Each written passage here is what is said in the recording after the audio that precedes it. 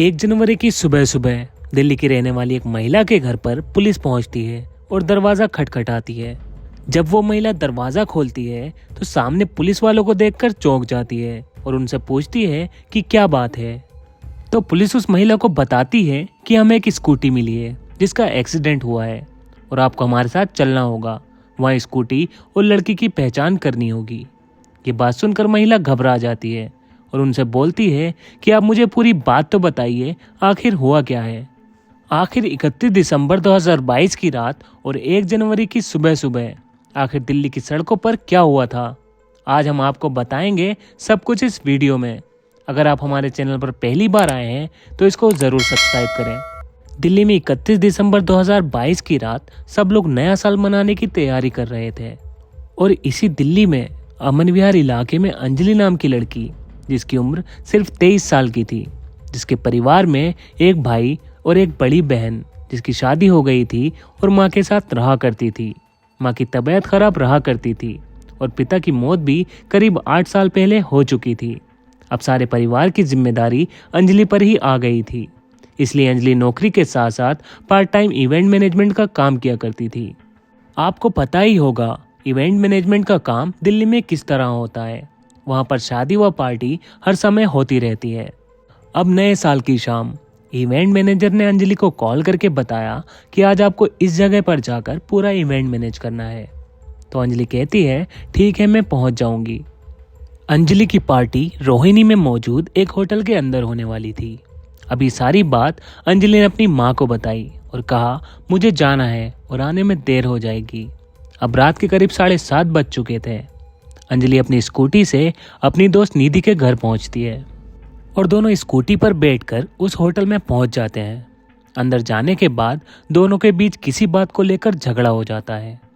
रात के करीब 11:30 बजे अंजलि की माँ का फ़ोन आता है तो अपनी माँ को बताती है कि उसको आने में देर हो जाएगी, क्योंकि नए साल की पार्टी है तो उसमें टाइम लग जाएगा। अब जो झगड़ा दोनों के बीच हो रहा था, अब वो इतना बढ़ गया था कि होटल के बाहर लगे सीसीटीवी कैमरे में लगभग 1:18 पर कैद हो गया था। जब यही बात पुलिस ने होटल वालों से पूछी तो उन्होंने बताया हमको नहीं पता ये दोनों लड़कियां किस बात पर झगड़ रही थी, मगर जब ये लड़कियां रात को स्कूटी से होटल पहुंची थी तो कुछ लड़के भी इनके साथ आए थे और वो लड़के भी इस होटल में गेस्ट थे। इन दोनों लड़कियों ने बाहर खड़े होकर इन लड़कों से काफी देर तक बातें भी की थी। इधर दूसरी तरफ अंजलि की माँ पुलिस के साथ चल देती है। पुलिस उनको लेकर हॉस्पिटल के शवगृह में जाती है और उनको वहाँ एक लाश दिखाई जाती है। लाश देखकर अंजलि की माँ की चीख निकल जाती है, क्योंकि ये लाश किसी और की नहीं अंजलि की थी। ये लाश देखकर उनको समझ नहीं आ रहा था कि आखिर उनकी बेटी के साथ क्या हुआ है। अंजलि की माँ पुलिस से रो रो कर पूछ रही थी कि ये किसने किया, लेकिन पुलिस वाले कुछ भी बोलने को तैयार नहीं थे, क्योंकि उनके दिमाग में तो कुछ और ही चल रहा था। उनको ये केस सॉल्व होता दिखाई दे रहा था। अब लाश की पहचान भी हो चुकी थी और एक्सीडेंटल स्कूटी भी मिल चुकी थी। उन्हें लग रहा था कि बस ये एक एक्सीडेंट केस है, जहां इस लड़की का एक्सीडेंट हुआ और उस एक्सीडेंट में उसकी मौत हो गई। ये केस बंद ही हो जाता अगर दिल्ली का रहने वाला एक शख्स इस दिल दहला देने वाली घटना को अपनी आंखों से ना देखता। मैं बात कर रहा हूँ कंजवाला इलाके में रहने वाले दीपक नाम के एक व्यक्ति की। दीपक की कंजवाला में दूध की दुकान है और वो आसपास के एरिया में दूध की सप्लाई करता है। और आप सब अच्छी तरह जानते होंगे कि दूध बेचने वाले सुबह सुबह जल्दी काम पर लग जाते हैं, जिससे लोगों के उठने से पहले वो उन तक दूध पहुंचा सके। रात के 3:18 का समय आ चुका था और दीपक कंजवाला में अपनी दुकान के आगे खड़ा हुआ था। उसे अचानक बहुत तेज आवाज आती है, जैसे किसी गाड़ी का टायर फट गया हो। पर जब वो साइड देखता है तो उसको कुछ दिखाई नहीं देता, बस उसे सामने से एक गाड़ी आती हुई दिखाई दे रही थी और उस गाड़ी की स्पीड भी कुछ ज्यादा नहीं थी। जब दीपक गौर से गाड़ी को देखता है तो गाड़ी आगे से ठुकी हुई थी। अब वो गाड़ी दीपक के सामने से निकलती है। जब दीपक की नजर गाड़ी के नीचे पड़ती है तो वो पूरी तरह से हिल जाता है। वो देखता है कि गाड़ी की लेफ्ट टायर के साइड में एक लाश फंसी हुई है और वो लाश गाड़ी के साथ सड़क से घिसटती हुई जा रही थी।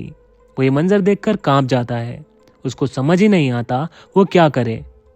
वो हिम्मत करके गाड़ी को रोकने की कोशिश करता है, पर जब तक गाड़ी उसकी पहुंच से दूर निकल जाती है। फिर वो अपना फ़ोन निकालकर 100 नंबर डायल करता है और उनको बताता है कि मैं कंजवाला इलाके से बोल रहा हूँ और यहाँ अभी अभी एक बेलेनो गाड़ी जिसके नीचे एक लाश फंसी हुई है वो कुतुबगढ़ की साइड गई है। आप जल्दी से कोई एक्शन लीजिए। पर पुलिस कोई एक्शन लेने के बजाय दीपक के साथ टाइम पास कर इधर उधर के सवाल पूछने लगती है, जैसे तुमने गाड़ी को कब देखा, देखकर उसको रोका क्यों नहीं। इस तरह के सवालों के साथ टाइम बर्बाद करती रही। फिर वो पुलिस वाला दीपक से एक अजीब सा सवाल पूछता है जो कि बेहद हैरान करने वाला था। वो उससे पूछता है, जो तुमने गाड़ी के नीचे लाश देखी है उस लाश के ऊपर कफन है या नहीं। इतने में वो गाड़ी फिर से वापस आती है और लाश अभी भी गाड़ी के नीचे लटकी हुई थी।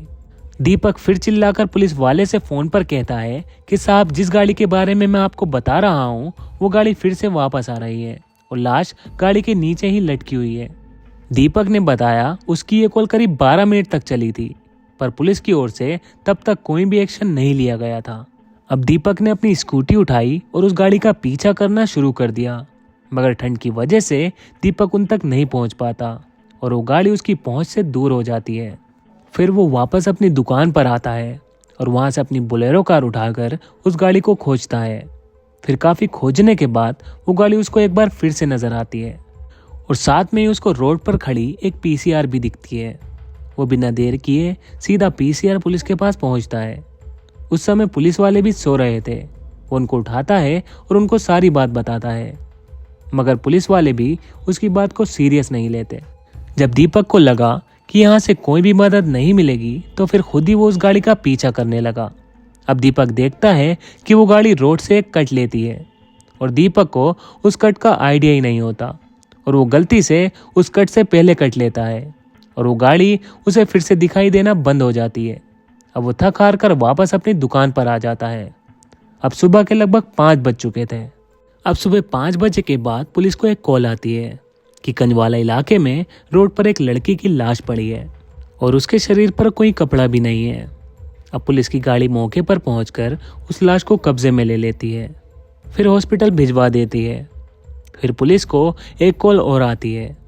उनको बताया जाता है कि यहाँ पर एक स्कूटी है जो कि एक्सीडेंटल हालात में पड़ी है। फिर पुलिस वहां पहुंचकर स्कूटी को कब्जे में लेती है। फिर उस स्कूटी के नंबर की डिटेल निकलवाती है तो पता चलता है कि ये स्कूटी अमन विहार में रहने वाली अंजलि नाम की लड़की की है। अब पुलिस को पता लग चुका था कि यहाँ एक लाश मिली है और एक एक्सीडेंटल स्कूटी भी मिली है और इन दोनों की पहचान करने के लिए पुलिस अंजलि के घर पहुंचती है। फिर क्या होता है वो मैं आपको कहानी के शुरू में बता चुका हूँ और अभी भी इस केस में कुछ सवाल ऐसे हैं जिनका जवाब आना बाकी है, जिनमें से सबसे अहम सवाल ये है कि जब उसकी दोस्त निधि उसके साथ थी तो उसने इस एक्सीडेंट की खबर पुलिस को क्यों नहीं दी, और वो जो कार चला रहे थे कौन थे, और उन्होंने क्यों अंजलि को 14 किलोमीटर दूर तक कार से घसीटा। इन सब सवालों का जवाब जल्दी आपको मिलेगा अंजलि कंजवाला केस पार्ट 2 में। तब तक हमारे चैनल के साथ जुड़े रहें।